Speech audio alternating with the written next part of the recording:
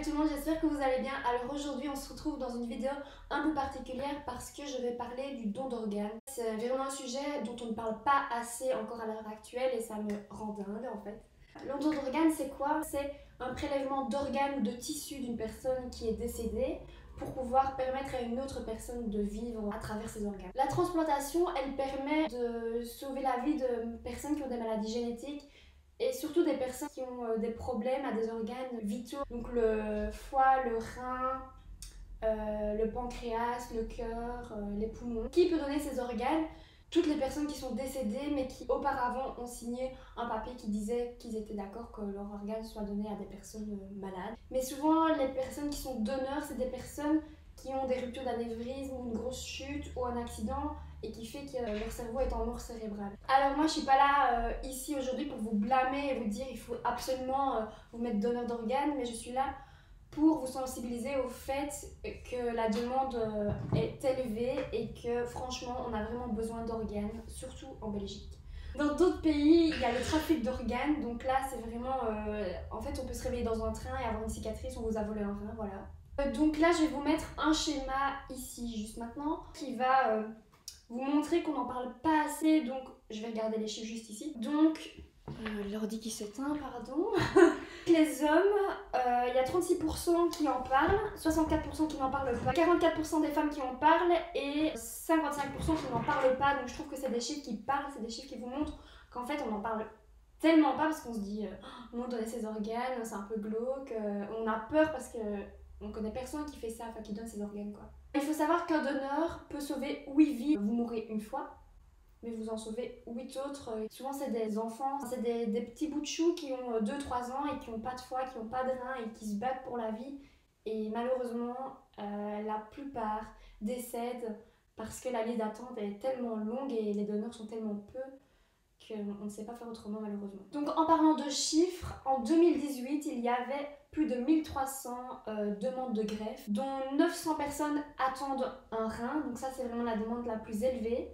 Il y a 400 autres personnes qui attendent soit un cœur ou un poumon ou un foie. Et malheureusement, il y a 400 personnes qui décèdent chaque année parce qu'ils n'ont pas pu avoir leur greffe. Il faut savoir aussi que vous pouvez donner vos organes, mais bien sûr vous n'allez pas donner votre cœur en étant vivant, mais il est possible de donner des organes en étant vivant. Vous pouvez donner un morceau de foie, vous pouvez aussi donner un rein, ça se fait aussi. Vous pouvez changer d'avis tout le temps, vous pouvez être donneur aujourd'hui, ne plus l'être demain, l'être après-demain, mais bon, niveau papier ça prend un peu plus de temps, mais vous pouvez revenir sur vos pas à n'importe quel moment, donc c'est pas obligatoire d'être donneur si vous changez d'avis un jour. Il ne faut pas confondre les donneurs d'organes et donner son corps à la science, parce que c'est deux choses totalement différentes. En fait, le donneur d'organes, on donne des organes à des personnes qui sont en nécessité, mais donner son corps à la science, c'est vraiment donner son corps et on fait des expériences, on teste des choses sur votre corps. Donc là, c'est pas du tout ça, là on prend vos organes et on les met dans le corps d'une personne malade. Donc maintenant, je vais vous mettre un petit formulaire parce que dans les conditions, il faut aller à son administration communale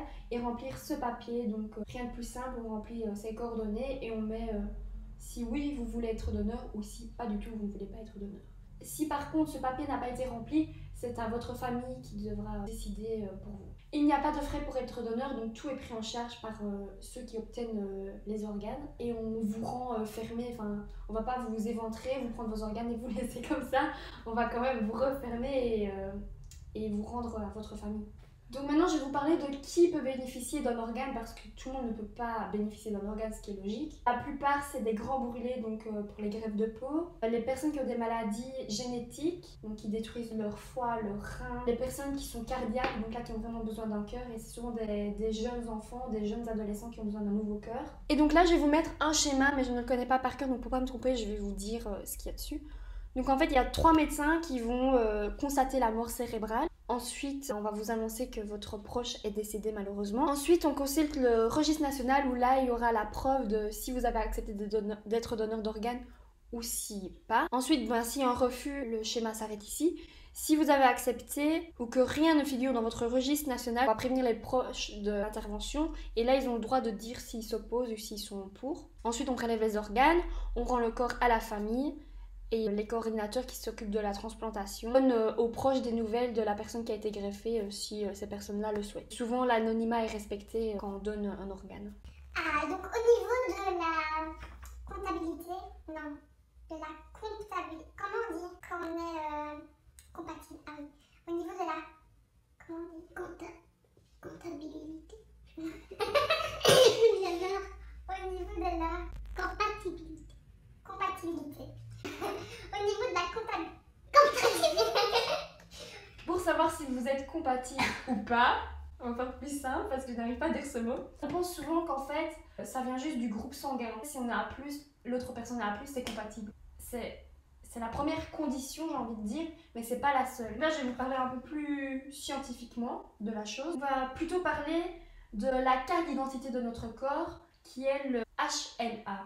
HLA, c'est les antigènes qui se trouvent dans notre système immunitaire, dans nos globules blancs. Les antigènes permettent de reconnaître ou d'identifier quelque chose d'étranger à notre corps. Il y a deux types de gènes. Ils ont deux fonctions qui sont catégoriées par plusieurs points, mais je ne vais pas aller dans les détails parce que c'est franchement très compliqué. Si vous faites une prise de sang, vous pouvez demander votre typage. Donc ça, il vient de l'hérédité, c'est un genre de codage propre au corps humain. Et c'est lui qui va permettre ou pas la greffe. Donc si votre typage est proche du typage de l'autre personne, la greffe va être compatible. Par contre, plus on s'éloigne, plus il y aura un risque de rejet de l'organe. Tout ce blabla pour vous dire en fait tout simplement que c'est ultra important. Je sais qu'on n'a pas forcément envie de donner ses organes parce que voilà, mais vous êtes mort, enfin vous finirez mort, j'ai envie de dire. Et malheureusement, il y a des personnes qui sont en vie mais qui vivent dans des conditions atroces avec des douleurs, des souffrances, qui ne savent pas si elles se réveilleront le lendemain. Et franchement, pourquoi ne pas se servir de nos organes pour faire vivre d'autres personnes? Mais bon, c'est votre choix, mais j'ai envie de vous dire, si vous êtes contre vraiment pour vous de donner vos organes, mais parlez-en autour de vous parce que c'est quelque chose qui est encore malheureusement pas assez connu. C'est quelque chose, un peu un sujet tabou, un peu on n'en parle pas trop, on sait pas trop. Mais il y a tellement de gens autour de nous qui en ont besoin et qui meurent chaque jour en fait. Chaque jour, il y a des personnes qui meurent parce qu'il n'y a pas assez de donneurs, parce que tout simplement on ne donne pas ses organes. Donc moi je vous invite à faire comme moi et allez vous inscrire comme donneur d'organes. Parce que franchement, si un jour vous avez besoin d'un organe, vous serez sur la liste, que vous soyez donneur ou pas. Malheureusement, on peut arriver à un stade de sa vie où on en a besoin. Et s'il n'y a pas assez de donneurs, vous serez dans le même cas que la longue liste d'attente qui existe. Et je trouve ça franchement dommage parce que ça ne coûte rien et ça sauve des vies. Donc là, j'ai envie de te dire, si ta vie s'arrête, une autre peut continuer grâce à toi. Donc je t'invite à au moins aller demander le papier, quitte à ne pas le remplir. Maintenant, tu es informé, tu sais comment ça se passe, tu sais, tu as toutes les informations que je viens de te donner. Et j'espère que cette vidéo t'aura plu, j'espère que tu as appris des choses, j'espère que c'était pas trop long et pas trop théorique parce que voilà, ça me tenait vraiment à cœur de faire cette vidéo et de pouvoir parler de ça à vous tous qui me regardez. Et voilà, je vous dis à très vite, je vous souhaite une excellente journée parce que là nous sommes le jeudi 17 octobre, je ne savais plus la date, désolée. C'est la journée mondiale de la greffe. C'est vraiment en regardant une story Insta que je me suis dit que je devais en parler et ça me tient franchement à cœur de le faire. Donc voilà, je vous fais des gros bisous et je vous dis à très vite.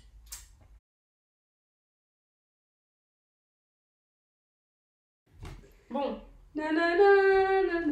Franchement, on a vraiment besoin d'organes, surtout en Belgique. Dans d'autres pays... Au Maroc. Joujou. Enfin. J'ai bien parlé? Ouais.